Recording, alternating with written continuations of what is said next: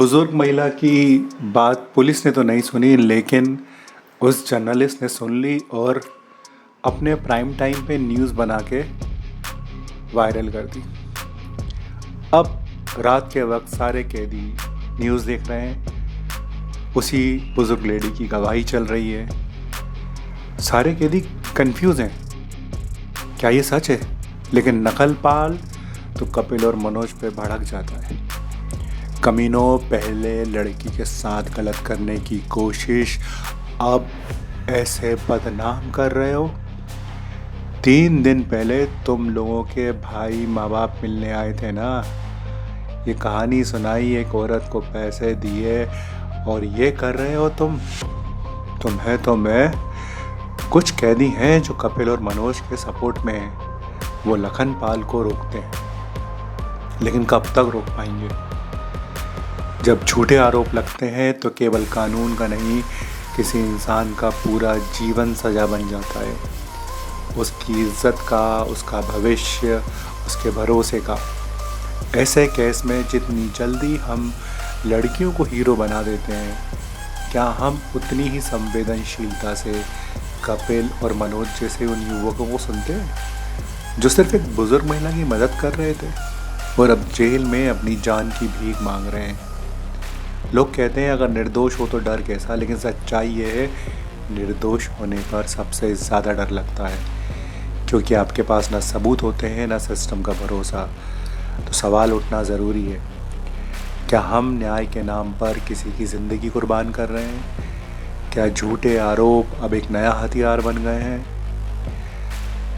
बस यही जानने के लिए आज अदालत में भीड़ इकट्ठा थी इस हाई प्रोफाइल केस की। हाई प्रोफाइल इसलिए हो गया था कि लड़कियों को हीरो बनाया गया था जिन्होंने झूठ बोला था। जज ने गंभीर स्वर में कहा, गवाहों को बुलाया जाए। पहला बस कंडक्टर आया, महेश सिंह, साधारण मगर सच्चाई से भरा चेहरा। महेश ने अपनी गवाही में कहना शुरू किया, साहब 18 नवंबर को मैं उसी बस का कंडक्टर था। ये लड़के एक बुजुर्ग बीमार औरत के साथ आए थे, उन्होंने उस सीट की बात की जो पहले से लड़कियां बैठी हुई थी। झगड़ा वहीं से शुरू हुआ, सिर्फ सीट को लेकर। सरकारी वकील खड़ा होता है, थोड़ा सख्त लहजे में बोलता, महेश जी क्या आप उस बुजुर्ग महिला का नाम बता सकते हैं? नहीं, वो नाम तो नहीं पता साहब।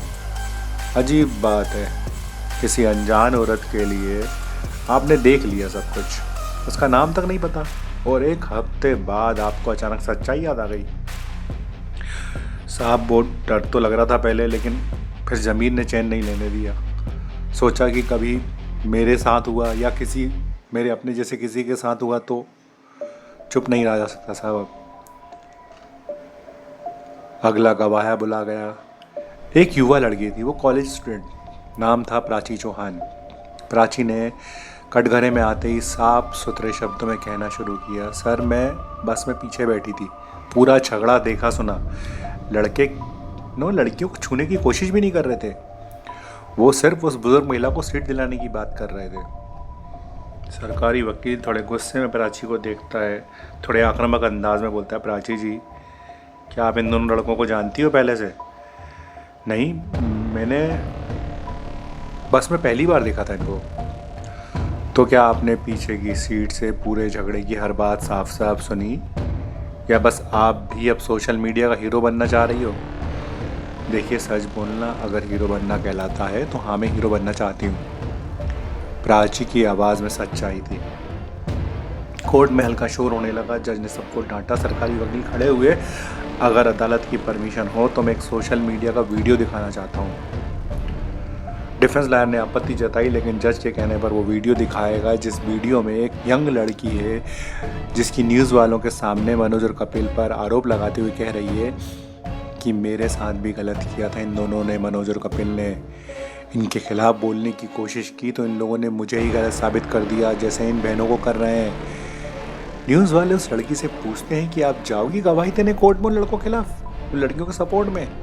वो मना करती है कि नहीं, मैं पुलिस कोर्ट नहीं जाऊंगी।